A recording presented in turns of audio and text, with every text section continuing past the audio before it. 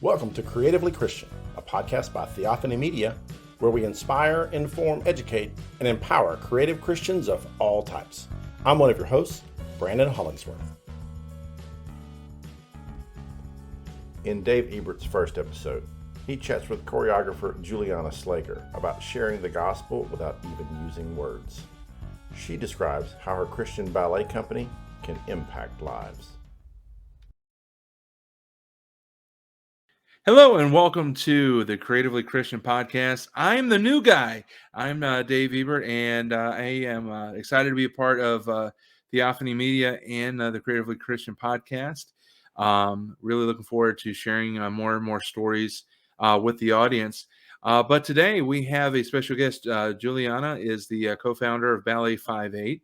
It's a ballet company that tours nationally each year. Ballet 58 is celebrating their 10th anniversary in 2022. They have 25 professional dancers, as well as a school with 400 students. Julianna has mentored, discipled, and trained dancers who are now working all over the world and joining the important work of creating redemptive culture. You can connect with Julianna and Ballet 58 at ballet58.org or at juliannaslager.com. That's in the show notes, so you can get the spelling correct on that. And you can also find them on Facebook and Instagram at Ballet 58. Welcome this time, my guest, Julianna Slager. Julianna, welcome to Creatively Christian. Thanks so much, Dave. It's such a pleasure to be on the show with you today. I'm really excited because when I joined Creatively Christian, I was thinking that I'm going to be talking to people around the world, but here I am able to talk to somebody that's right in my backyard at Ballet 58, half an hour away from where I live. We were there for the Nutcracker at Lincoln Way, and we were there a little bit over maybe 2 years ago for the other.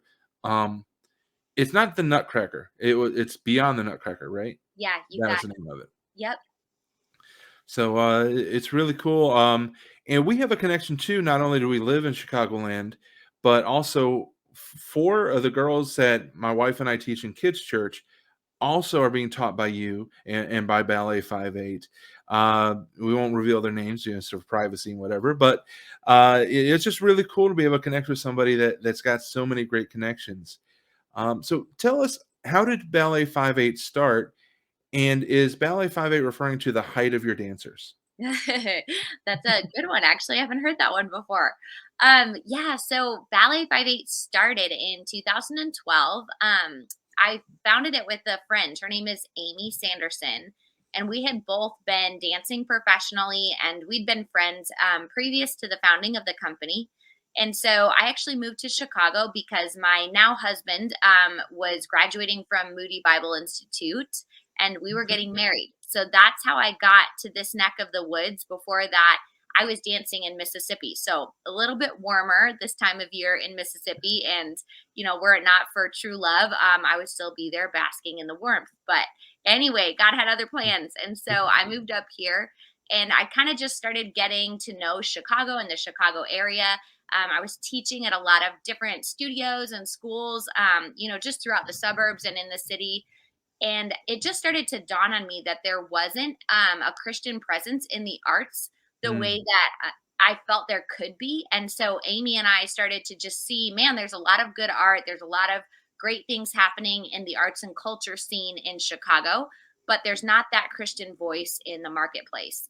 So that's where we began envisioning a ballet company that would have this mission to spark discussion of life and faith and would create ballets based on themes of faith. And so that's why we started Ballet 58. And the name that you asked about actually comes from Romans 58. And so we were sitting in a Starbucks. I was living in Chicago at the time, right on the corner of Dearborn and Division. And so we were sitting there in Starbucks going, okay, we have this idea for this company, but what kind of a name, do you give to an organization like this? And Romans 5:8 was a favorite verse of mine and also of Amy's. And then we thought, okay, we're using ballet to show the truth of Romans 5:8. And so Ballet 58 kind of came out of that conversation. Very nice. And I of course knew that.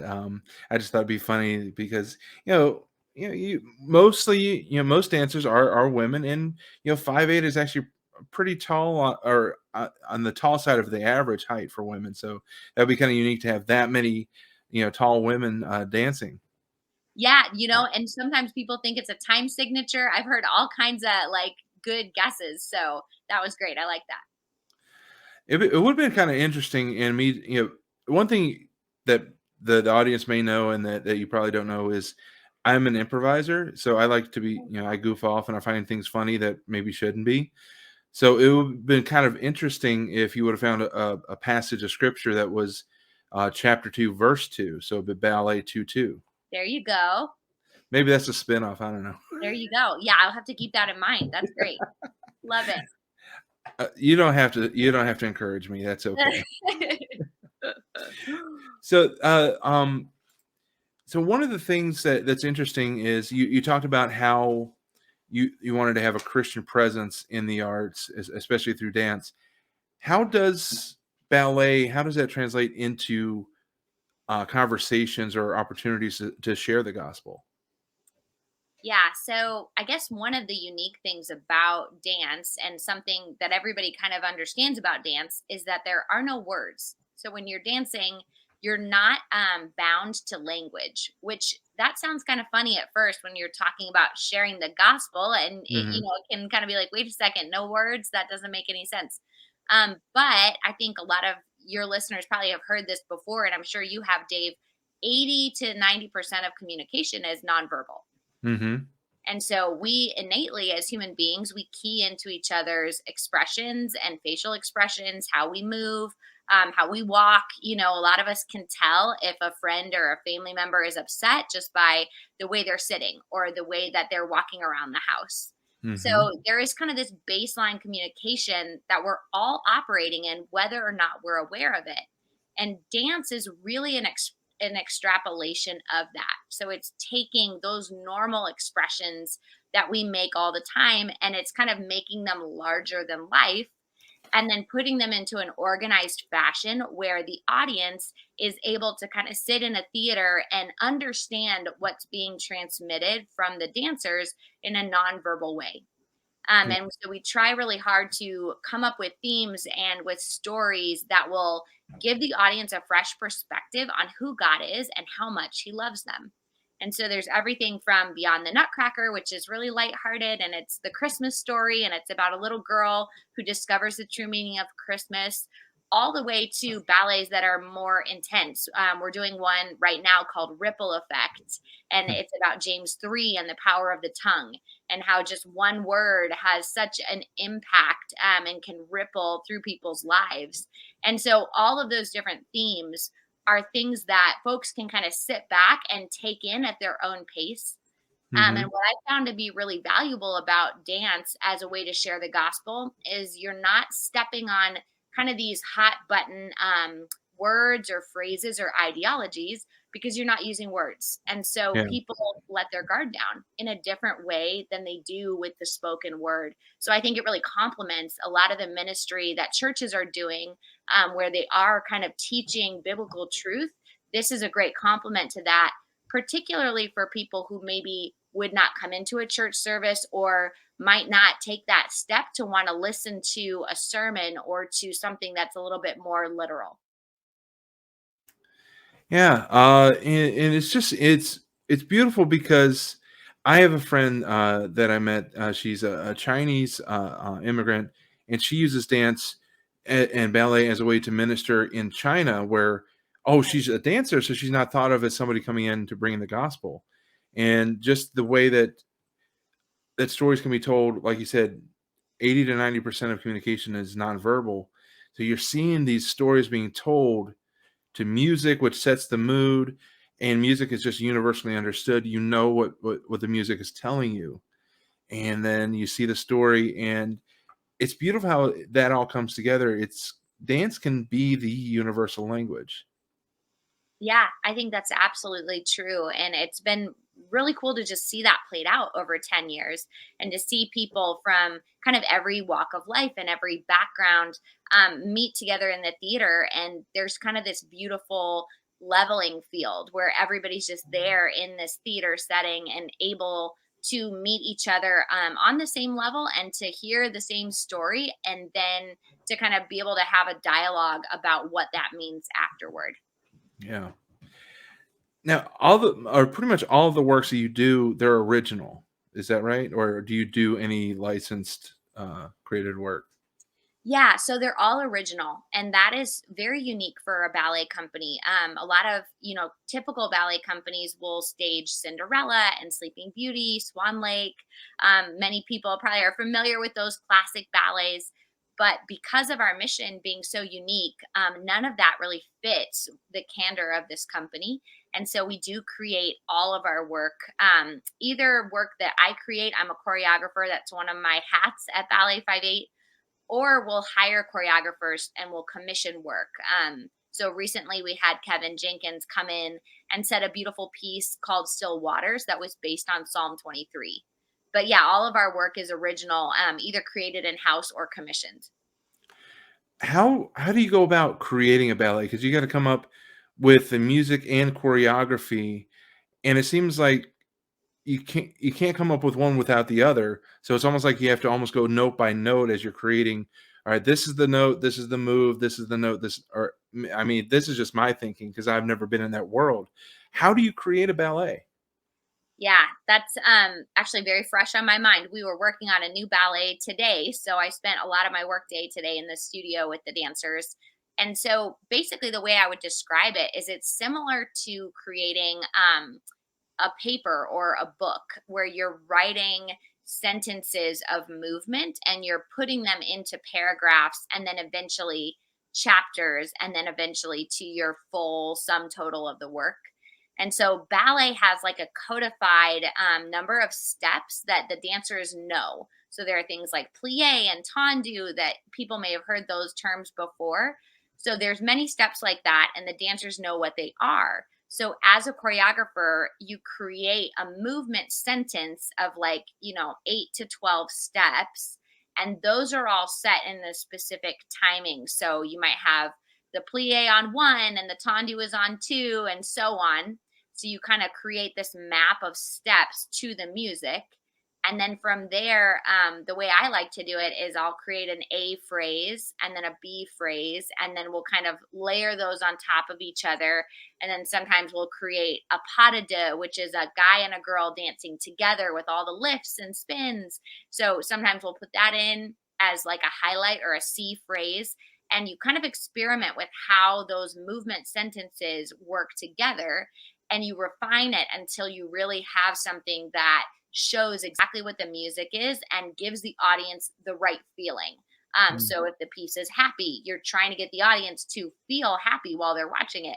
And if the piece has a story, if there's a character who's going through some kind of a drama, you're trying to help the audience feel what that character is feeling and understand the journey, much like you would in a movie.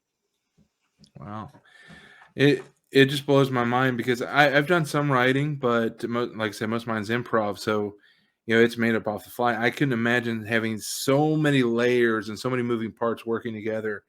It takes talent and especially in a ministry to be able to do it in a way that is not only creative and enjoyable to watch, but is also honoring to God and tells that story. I mean, there's so many moving pieces, but when people ask me, how can you do improv or how can you do comedy and be creative?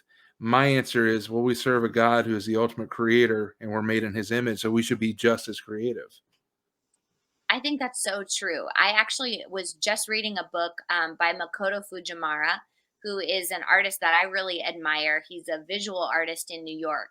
And he wrote this amazing book called Art Plus Faith.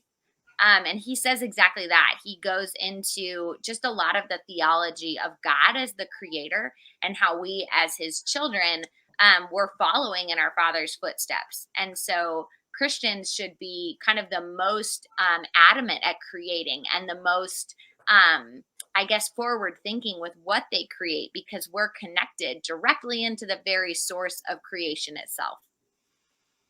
Have you seen or do you have testimonies of how the your ballets have impacted people and how they've changed eternities? Yeah, there's a ballet right now that I actually created it originally in 2015, but we're bringing it back for our 10-year anniversary performance. And the first time we premiered this ballet, the section at the end, so the ballet is called The Four Seasons of the Soul. And Mm-hmm. it's kind of a play on your traditional four seasons with spring and summer and autumn and winter. But it's the perspective of spiritual growth, and it's the perspective of the seasons of a Christian as you go through your development with the Lord. So the winter season is about death, and it's about approaching death. And it's about kind of the joy that we have even in the tragedy of death, because we know that there's a resurrection. And so we were performing this piece for the first time, and we had ushers there from the Saints, which is a volunteer usher group in Chicago. And there was a gentleman who had never been to our show before, and he was sitting there. And I'll never forget this because this was just so dramatic. But the curtain closed, and the audience cleared, everybody was going home, and he was just sitting there. He was just still in the audience. This is Mm-hmm. probably 30 minutes after the show. And so I walked over to him and we started talking. And I would say probably 45 minutes of discussing life after death. And he was just so impacted by watching the joy that the dancer was having in her portrayal of death. He was like, wait a second, that's not normal. Like, what is this? What are you talking about here? I need to know more. So that's one of my very favorite stories. And every time we restage that ballet, it brings back that memory of how much God can impact people through this art form.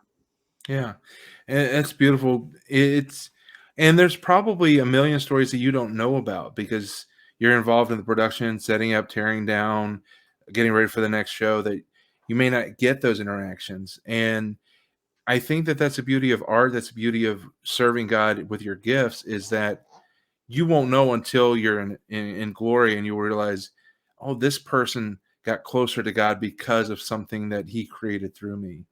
And I think God gives us maybe 1 out of 100 of those stories just to kind of encourage us and keep us going. Um, so there's a question that's burning in my mind, and I don't want to make our conversation awkward, but it's something that's just curious to me as somebody that's not a dancer.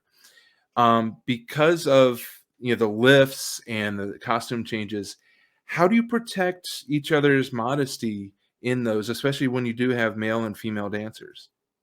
And is that too awkward to ask? No, it's not. That's a good question. Yeah, so I think a couple of things go into that. One, I think as dancers, one of the things that God has really given us this sense of is kind of how beautiful and sacred the human body is. Because we're working with the body all the time. And I kind of joke about this with my husband because he's very theologically minded, having gone to Moody. And we'll Mhm. joke about how sometimes Christians just think of themselves as like a brain in a jar, where it's like it's all up here, everything is in our minds. And sometimes we forget how connected we are to the bodies that God has given us. But as dancers, I think one of the cool things about it, and one of the ways that we contribute to the body of believers, is that we are so aware of our bodies and the gift of what God has given us. So I think we kind of start from that baseline where there's already such a respect and a care that everybody has for each other. And so when you're in that studio space, there's so much of a brother and sisterly care for one another that just exudes when the dancers are partnering and doing all of these things.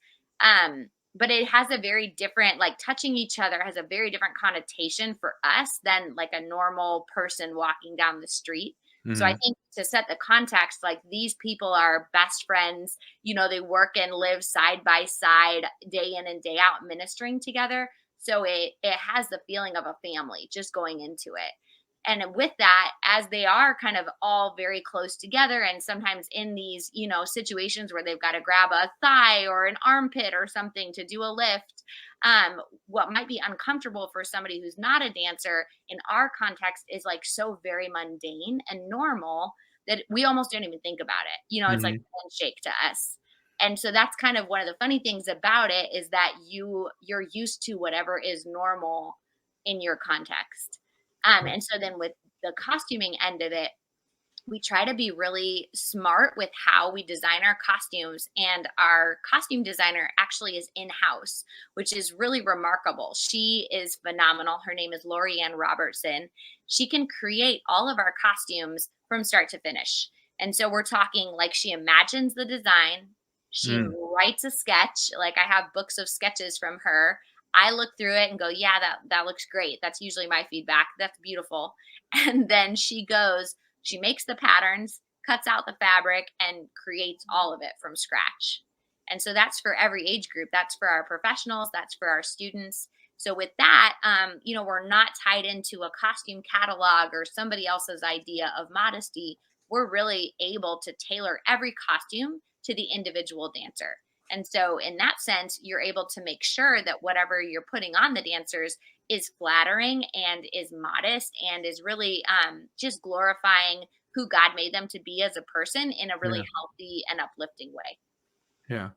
And I think too, it is also cultural for me to even think that it might be awkward, because if you read in the Old Testament, when men were making agreements, they would put their hand under the other man's right thigh, which that would get you punched nowadays, I think. Yeah. No, it's very true. And that's such a good point. Even, if you look at wedding dances in the Jewish culture, like it's very intimate and you would have the groom like lifted up above on all the guy's shoulders. And yeah, it is. It's very cultural. And I think when it's upheld with such respect and such an awe for the human body and a care to take care of one another in that coworker and kind of collegial setting, it really is very beautiful. And so I'm grateful to work with a team that has that kind of respect for each other. Yeah.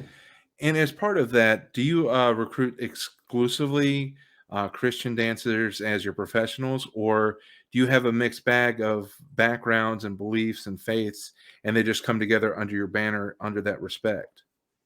Yeah, so the professional company, they all are Christians. And so Okay. that's something that we've just found with our mission being as specific as it is. We really do need everybody to be on the same page. Now there's lots of different like variations of Christians. We have many different denominations.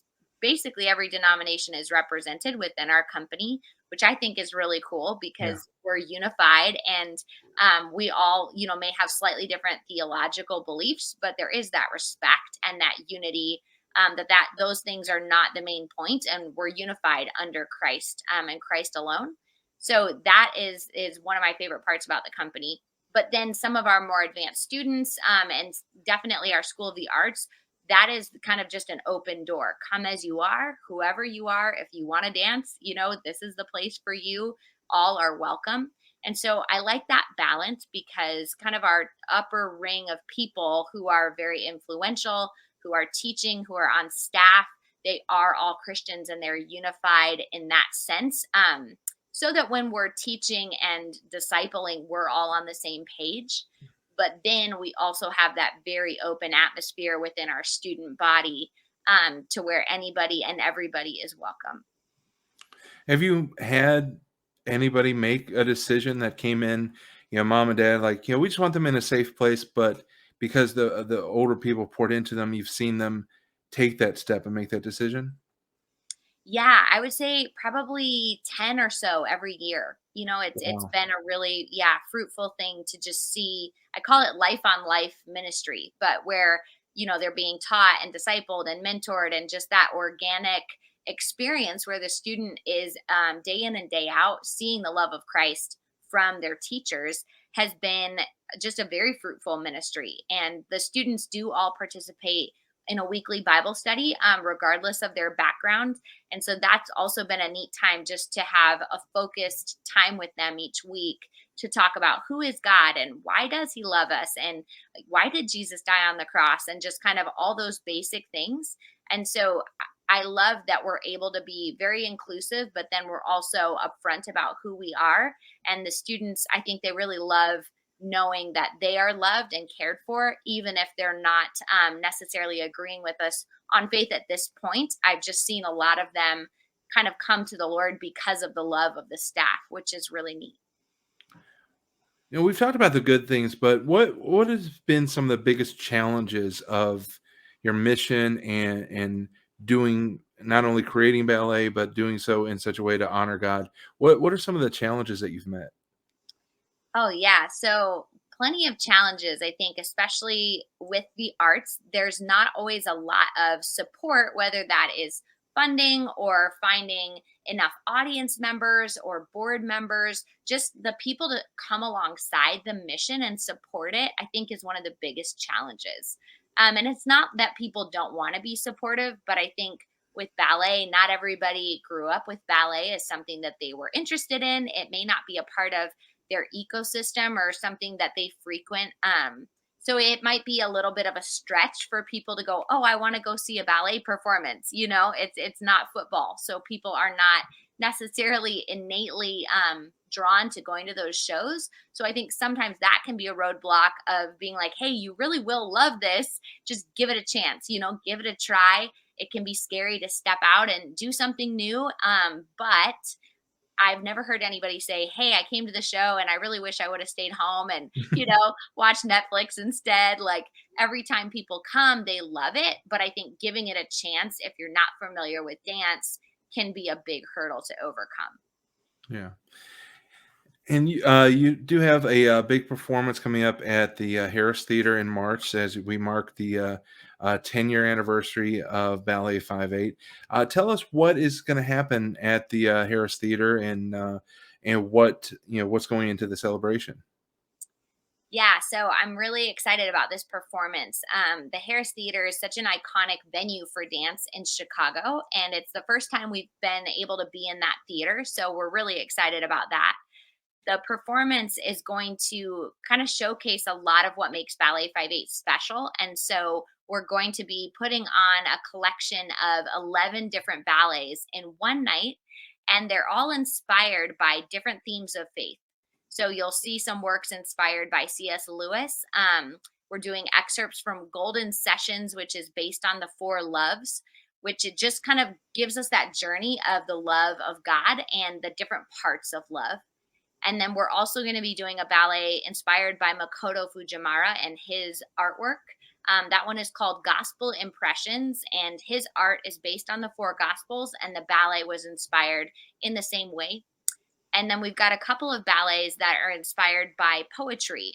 One is inspired by Gwendolyn Brooks called The Mother, and it deals with the topic of abortion.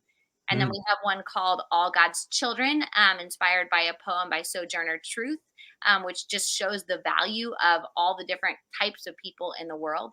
And I won't give the whole show away, but there's so much packed into this one evening. It's kind of like a box of chocolates. Like there is something for everyone, from the very dramatic to the very lighthearted. It's going to be a great night. Awesome. And that is going to be March 12th. Are details up at ballet58.org yet? Yes, they are. Tickets are on sale at ballet58.org. Makes a great date night to give it to your wife on Valentine's Day. You'll be taken care of, and you're supporting an awesome ministry. So if you're in the Chicagoland area or within a day's drive, check out ballet58.org about the big performance on March 12th. And guys, you'll look really cultured if you give your wife or your girlfriend ballet tickets for Valentine's Day.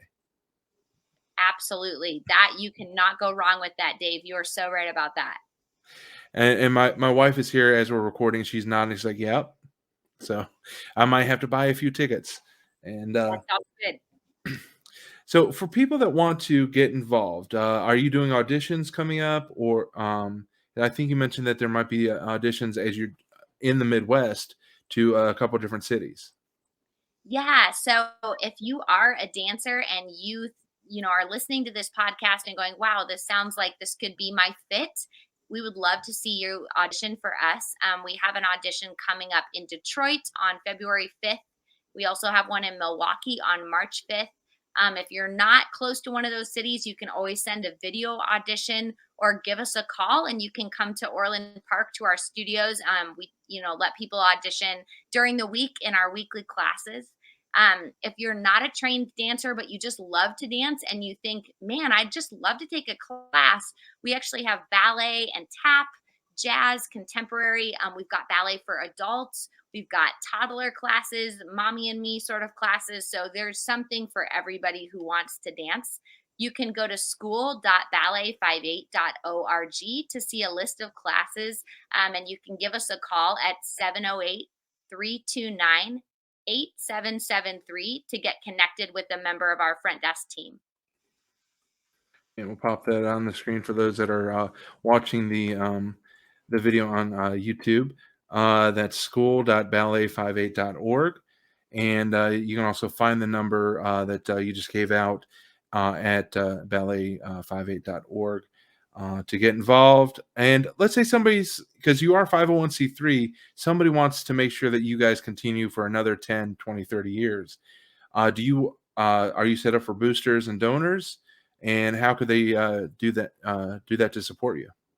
Yeah, so we do. We have an amazing base of donors, and we kind of have some different levels of donors that pitch into our needs. So if you're interested in becoming a donor or a corporate sponsor, if you're a business owner and you'd like to donate that way, yeah, you can go to ballet58.org, and there's all the information there for giving.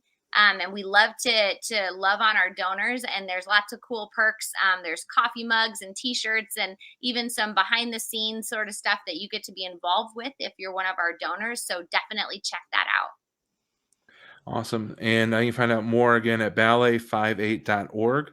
That's ballet, the number 5, the number 8.org. And of course, if you're somebody that's interested in the classes that Julianna just mentioned, you go to school.ballet58.org. Julianna, it's been a pleasure speaking to you, getting to meet you, and talk about this amazing ministry, which, like you said, it's so needed. More and more creatives have to get out there and bring the light of Christ, whether it's in dance, in poetry, in spoken word, whatever the creative ability God's given you, use it for His glory, and He's going to reach people with it. Amen. That's so true, Dave. And I really appreciate this time. It's been so fun to get to share with you. So thank you for that. And yeah, I look forward to seeing more people on this podcast and how God is using their creativity for His glory. So for Julianna and the Ballet 5/8 in Orland Park, Illinois, thank you for checking out the Creatively Christian podcast. Thanks so much for listening today. To see all the resources and links that were mentioned in this episode, visit our website at theophanymedia.com/ballet. To support the show and join our patron community, where you'll get extra access and exclusive content, visit us at patreon.com/creativelychristian. Creatively Christian is a product of Theophany Media. You can find out more at theophanymedia.com. This show is hosted by Brandon Hollingsworth, Andrea Sandifer, Dave Ebert, and Rachel Oxborough. Our logo is by Bill Brooks. Bill Brooks and Andrea Sandifer did our music, and Jake Dobrins produces and edits the show.